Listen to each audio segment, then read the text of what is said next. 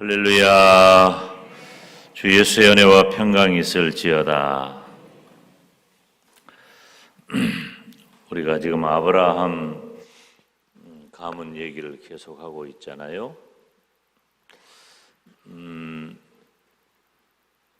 아브라함이 창세기 12장에 우리가 함께 읽은 아브라함이 부름받을 때에 75세였어요. 그리고 아브라함이 그 이후로 100년을 삽니다. 75세부터 100년 동안 아브라함이 한 일들을 보면 이게 믿음이에요. 내가 어떻게 사느냐, 내 삶이 믿음이 되어야 한다는 거예요. 우리가 예수님을 믿고 구원받은 그 은혜를 받은 이후에 내 생명이 다하는 그때까지 내가 어떻게 사느냐, 그 삶이 믿음이에요. 초점을 명확하게 해야 할 필요가 있어요. 내가 어떻게 사냐? 그것이 믿음이에요. 내 생각, 내 언어, 내 행동, 이런 모든 것들이 다 무엇이라고요? 믿음이라는 말이에요. 아브라함은 충분히 그렇게 증명이 된 사람이에요. 그냥 하루아침에 아브라함이 그냥 하루아침에 믿음의 조상이 되고 하나님의 친구가 된 게 아니에요. 하루아침에. 주 예수를 믿으라. 그리하면 너와 내 집이 어떻게? 구원을 얻으리라. 너와 내 집이 구원을 얻으리라.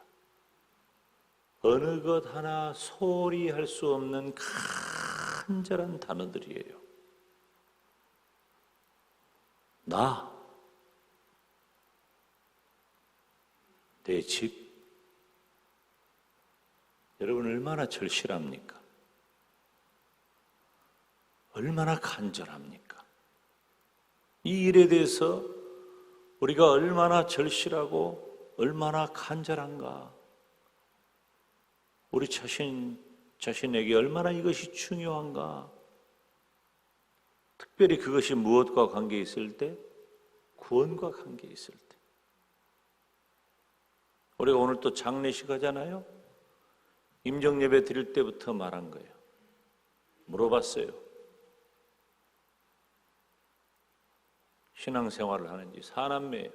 우리 배 권사님, 배영래 권사님, 황성관 집사님 사남매인데 어저께 입관예배 드릴 때 사남매니까 아주 손자 손녀들까지 하니까 수가 많더라고. 그래서 한 사남매 되니까 이렇게 많구나. 근데 사남매 중에 둘은 예수님 믿고 둘은 예수님 안 믿어. 그러니까 임종예배 드릴 때부터 천국 지옥 설교한 거예요. 드릴 때부터. 예수님 잘 믿으면 지옥 설교할 필요 없지.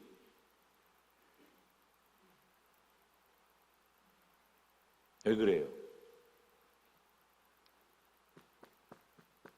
이게 중요하니까 그래요. 생명처럼 중요해요. 생명처럼. 우리가 예수님을 믿고 내가 그리고 내 집이 구원에 이르는 것, 가족 구원은 우리들이 간절하고 아멘, 절실하고 이 생명처럼 붙잡아야 된다니까요. 생명처럼. 그것이 언제 어떻게 해야 될 일이냐? 75세에 부름받은 아브라함이 100년을 살고 몇 살에 죽겠어 그러면 175세에 죽어요. 100년 오래 살았다 그것만 보지 말고 이때 100년은 지금 100년하고는 다른 거예요. 인간의 수명이. 중요한 건 뭐냐면 아브라함은 부름받은 이후에 생명이 다할 때까지 믿음으로 살았다. 믿음으로 살았는데 나만 구원받은 것이 아니라 아브라함은 자기 조카 롯을 구원해낸 거예요. 가문을 살린 거예요. 여러분, 가문을 살린 거예요. 그리고 하나님께서 허락하신 약속의 씨앗 이삭을 마침내 얻게 된 거죠. 그러면 저절로 하나님이 이삭을 약속하셨고 또 약속한 그 아들 이삭을 낳았으니까 저절로 이제는 다 됩니까? 천만의 말씀이에요. 그것 아니에요. 이 집사님 오셨나? 오늘? 어디? 저기 오셨구나. 전주인가? 주보를 가지고 왔어요. 요즘은 스마트폰에다가 다. 아들이 광주에서 순천에서 교회를 다니는데 이 집사님 저기 왔지? 순천에서 아들이 교회를 다니는데 이 교회가 어떤 교회인지 확인해 주란 거예요, 목사한테. 목사는 복덕방도 해야 되고 또 어디요 진학 상담소도 해야 되고 취직도 해야 되고 또 중매쟁이도 해야 되고 별것도 다 해야 돼. 그래서 내가 또 알아봤어. 이 네트워크가 참, 이 목사 네트워크는 세계적이기 때문에 어디나 다 연결돼요. 바로 연락했어요. 알아봐라. 해당한 노회에 물어보면 끝나거든. 내 친구들이 다 있으니까. 특히 광주 전남 호남 지역. 딱 했더니 바로 내 친구 목사님 교회에서 부목으로 있다가 개척해 나간 교회가 그 교회더라고. 그래서 걱정하지 마시오. 여러분, 어머니로서 부모로서 그런 영적인 신앙적인 관심이 복된 거예요.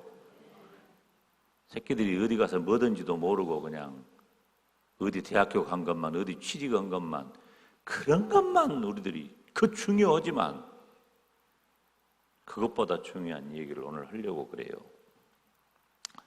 오늘 성경은 우리가 창세기 24장이에요. 우리 창세기 24장을 다 봐요. 아브라함은 부름받은 이후에 100년을 살면서 자기가 믿음의 조상으로서 해야 할 일을 감당하는 거예요. 여러분, 지금 이 자리에 있는 여러분 한 사람이 얼마나 중요하냐. 이 나로부터 시작된 이 거룩한 출발이 어떻게 하나님의 나라에 하는가 굉장히 중요한 거예요. 여러분 한 사람의 역할이, 여러분 한 사람이 가정도 살리고, 아멘, 가문도 살리고, 나라도 살리고, 교회도 살리는 거예요. 한 사람이 중요하다니까. 제가 교사 시절부터 항상 이 주의 일을 하면서 내가 늘 하는 말이 뭐 말이냐면, 한 사람만 있으면 이것 하겠다. 한 사람만 있으면 문제가 안 된다. 늘 얘기를 하는 거예요. 저는 목회를 하면서도 지금까지 그 한 사람, 하나님이 허락하신 그 한 사람, 하나님께서 그 한 사람을 보시는 거예요. 아브라함 한 사람 때문에 어마어마한 인류 구속의 역사를 하나님이 이루어 가시잖아요. 여러분이 그 주인공이 되시기를 바랍니다. 아이고 나 그냥 이대로 이렇게 살다 말지 이거 아니라 그 말이에요. 이거 아니에요. 하나님이 한 사람 아브라함을 쏙 빼가지고 그 엄청난 구원의 경륜을 이루어 가신 것처럼 하나님이 저와 여러분 이 자리에 있는 한 사람을 선택하셔서 이 시대의 영적인 아브라함으로 위대하게 사용하시기를 축복합니다. 이 아브라함이 마침내 아들을 낳았잖아요. 이삭을 낳았어요. 약속의 씨앗이죠. 하나님이 약속했지만 그 이름이 이삭이라는 이름의 뜻이 웃음, 웃었다, 웃어버렸다. 이 사라의 반응이 웃기는 소리 한다는 이름이 이삭이에요. 그럴 정도로 믿을 수 없는 일을 누가 이루셔요? 하나님이 이루셔요. 여러분, 우리 하나님 너무나 멋지고 위대하고 놀라우신 분입니다. 저는 예수님을 믿으면서 목사로 살아가니까 믿음 안에서 그래도 비교적 여러분보다 좀 유리하게 살잖아요. 그런데도요, 깜짝깜짝 놀래요. 야, 하나님 정말 멋지다. 위대하다. 하나님 놀라우신 분이다. 하나님 하신 일은요, 우리 인간의 생각으로는 상상도 못합니다. 상상도 못해요. 여러분, 우리가 그 하나님을 믿는 거예요. 그 하나님을 의지하는 거예요. 그 하나님께 기도하는 거예요. 그 하나님이 반드시 이루실 줄 믿습니다. 이삭을 낳게 하시잖아요. 세상에 100살에. 아브라함이 100살이라는 것은 이해를 한다니까. 어떻게 보면 사라는 90살이요. 근데 사라를 통해 이삭을 낳아버린 거예요. 그러니까 웃음이지. 하나님이 이루셔요. 그리고 창세기 24장을 보면 무슨 내용이 나와요? 얼른 찾아봤죠? 이삭이 무엇을 해요? 이삭이 결혼을 해요, 결혼. 여러분, 이삭이 결혼합니다. 여러분, 이 이삭의 결혼은 얼마나 놀랍고 대단한 일이겠어요. 이삭이 결혼을 하는데 이 이삭이 창세기 지금 우리가 24장을 건너뛰었는데요. 우리가 창세기 22장에 보면은 하나님이 그 이삭을 번제로 바치라 그래요. 근데 아브라함이 그 이삭을 번제로 바쳐버립니다. 그 생명을 하나님께 던져버린 거예요. 그런 눈 떠요. 다. 뭔 지금 눈 감고 있어요. 새벽에. 집에 가 자. 눈 떠요. 세 사람 눈 감고 있어서 그런 거예요. 그 이삭을 바쳐버리고 하나님께 맡겨버리니까 하나님께서 책임지시는데 그 이삭이 이제 드디어 장가를 가게 된 거예요. 지금으로 말하면 결혼 연령을 한참 넘긴 거예요. 지금으로 말하면 청년 때 결혼한 것 아니에요? 이삭이 청년 때 결혼한 것이 아니에요. 나이 많아 늙었다 그랬어요. 아브라함이. 자, 그 이삭이 결혼하는 장면이 창세기 24장에 나오는데 중요한 건 뭐냐면 이 결혼에 하나님께 기도하고 그 결혼을 창세기 24장에 보니까 하나님께 기도하고 하나님의 뜻을 따라 결혼을 했다 하는 거예요. 단순히 짝을 맞아서 결혼한 게 아니에요. 그런데 이 결혼하는 과정을 보면 하나님께서 아브라함을 부르셔서 본토 친척 아비집을 떠나 가나안 땅으로 오게 했는데 가나안에 있는 사람들은 아브라함 족속을 제외하고는 다 어떤 사람이냐면은 이방 족속들이에요.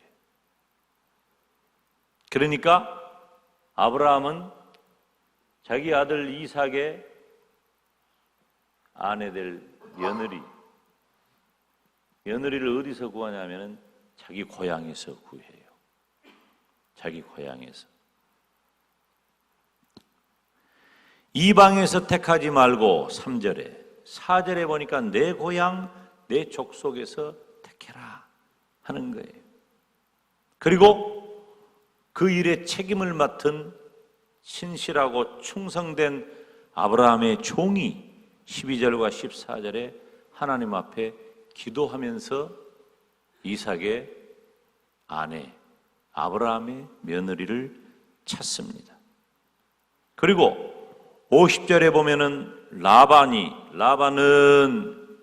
라반과 부두엘이 나오는데 라반은 리브가의 오빠고 부두엘은 아버지예요.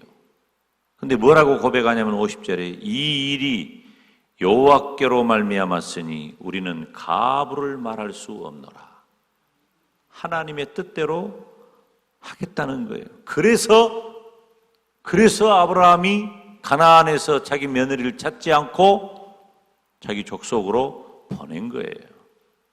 51절에 여호와의 명대로 그로 그대 주인의 아들의 아내가 되게 하라. 56절에 종은 어떻게 고백합니까? 여호와께서 내게 형통한 길을 주셨으니. 60절에 리브가가 자기 족속으로부터 어떻게 축복을 받아요? 너는 천만인의 어미가 될지어다. 전 과정이 이삭의 결혼의 전 과정이 하나님께 기도했고 하나님의 뜻을 따라 했단 말이에요. 여러분 영어권의 이 남자 이름은 이 데이빗이라든지 다니엘이라든지 그러니까 다윗이죠. 다윗이나 다니엘이나 요한이나 그 다음에 요셉이나 이런 이름들 많아요. 이런 이름들이 많아. 제임스 같은 거 다 성경에 있는 인물들의 이름이에요. 여자들은 사라 그리고 무슨 레이첼, 레베카 이런 이름들이 영어권의 이름이 많아요. 사라는 우리가 얼른 알고 레이첼은 라헬이에요. 레베카는 리브가예요. 그러니까 이런 이름들이 굉장히 인기가 있는 거야. 왜? 남성이나 여성이나 다 성경에 기초한 이름들을 갖기를 원해요. 아주 인기 있는 이름이에요. 그 중에 이 레베카, 리브가는 여자 이름으로는 레이첼, 라헬, 리브가 이 이름은 여자 이름으로는 굉장히 인기가 있는 거예요. 왜 그럴까요? 굉장히 이 영어권은 대체적으로 신앙이 믿음이 근본이 되는 문화를 가지고 있기 때문에 성경에서 찾는 거예요. 여러분, 예수님을 믿는 성도는 자녀손들의 결혼 문제에 대해서 기도를 해야 돼요. 여러분 기도하시기를 바랍니다. 단순한 결혼이 아니라 이 리브가의 경우를 보니까 천만인의 어미가 되는 일이에요. 천만인의 어미가 된다. 자, 잊지 마세요. 따라서 합시다. 성도의 결혼에는 하나님의 뜻이 있다. 여러분 이거 중요한 말입니다. 그냥 마음 맞아서 결혼한 것이 아니에요. 성도의 결혼에는 하나님의 뜻이 있다. 가장 중요한 것은 믿음의 조건을 따르는 것이고 또 믿음의 조건을 만들어서라도 믿음 안에서 결혼을 해야 돼요. 중요한 얘기예요. 목사님, 지금 시대가 어느 시대입니까? 결혼만 한다고 해도 그냥 어딘데 그렇게 까다롭게 또 그런 말을 하면 우리가 얼마나 부담이 되겠습니까? 내가 지금 주일 낮 예배 때 하는 설교가 지금 아니잖아요. 지금 새벽에 하는 설교잖아요. 새벽에 오는 성도들만이라도 우리가 이렇게 강력한 기도, 강력한 마음을 가지고 하지 않으면 안 돼요. 그렇게 안 하면 안 된단 말이에요. 우리는 모든 조건 뒤에 믿음을 달아. 모든 조건 다 보고 나중에 믿음을 달아. 그거 안 돼요. 내가 새벽이니까 이런 고급스러운 수준을 여러분에게 말하는 거예요. 주일 낮에는 이렇게 말 안 하잖아요. 내가 목사가 말씀을 전할 때도 그 말씀을 들을 그 수준을 보고 말한다니까. 내가 지금 여러분 수준을 그 정도로 안 되면 끌어올려서라도 그 수준이 되시기를 바랍니다. 조건 다 보고 교회는 다녀? 이러면 안 된다 그 말이에요. 먼저 믿음으로 출발해야 돼. 이삭의 결혼은 하나님께 기도했고 하나님의 뜻을 따랐어요. 오늘 나는 새끼들 다 여어버렸는데 뭔 소리요 목사님? 그거 아니에요. 내가 말했잖아. 자녀, 손. 우리가 내 자식에 대해서 끝나는 게 아니잖아요. 자식의 자식을 보고 아멘.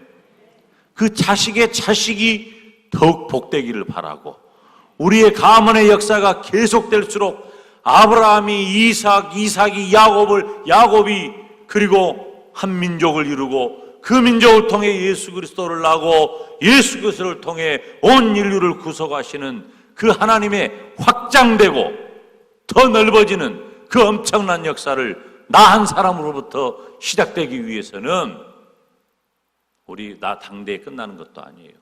자식의 자식을 하나님께서 나보다 더 승하게 하시고 더 복되게 하시고 더 형통하게 하시기를 원합니다. 여러분 우리의 소망 아니에요? 내 새끼가 나보다 못하면 되겠어요? 내 새끼는 나보다 더 낫고 내 새끼의 새끼는 나보다 더 훌륭하고 그렇게 되기를 주님의 이름으로 축원합니다.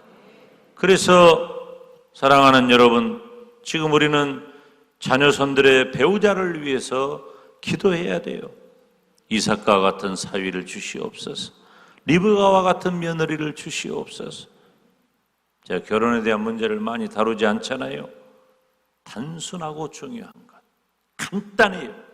하나님, 믿음의 배우자를 주시옵소서.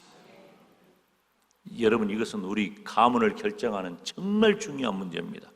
돈보다 중요하고 직장보다 중요하고 무엇보다 중요한 것이 이거예요.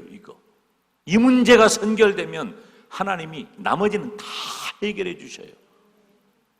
이건 조금 결기가 다른 문제인데 우리가 나머지 조금 부족하고 아쉬워도 괜찮아요. 경제적으로 좀 힘들어요?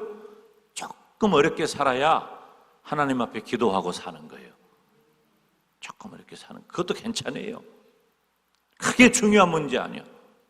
하나님이 우리를 굶어 죽게 안 만들고 때를 따라 돕는 은혜로 채워주시고 저는 물론 여러분들이 다 물질적으로 부유하고 다 건강하고 다 복되기를 바라지만 혹여 믿음을 우선순위로 선택할 때 다른 부분이 좀 연약해도 그거 감당할 수 있다 그 말이에요. 믿음이 중요해요. 믿음이.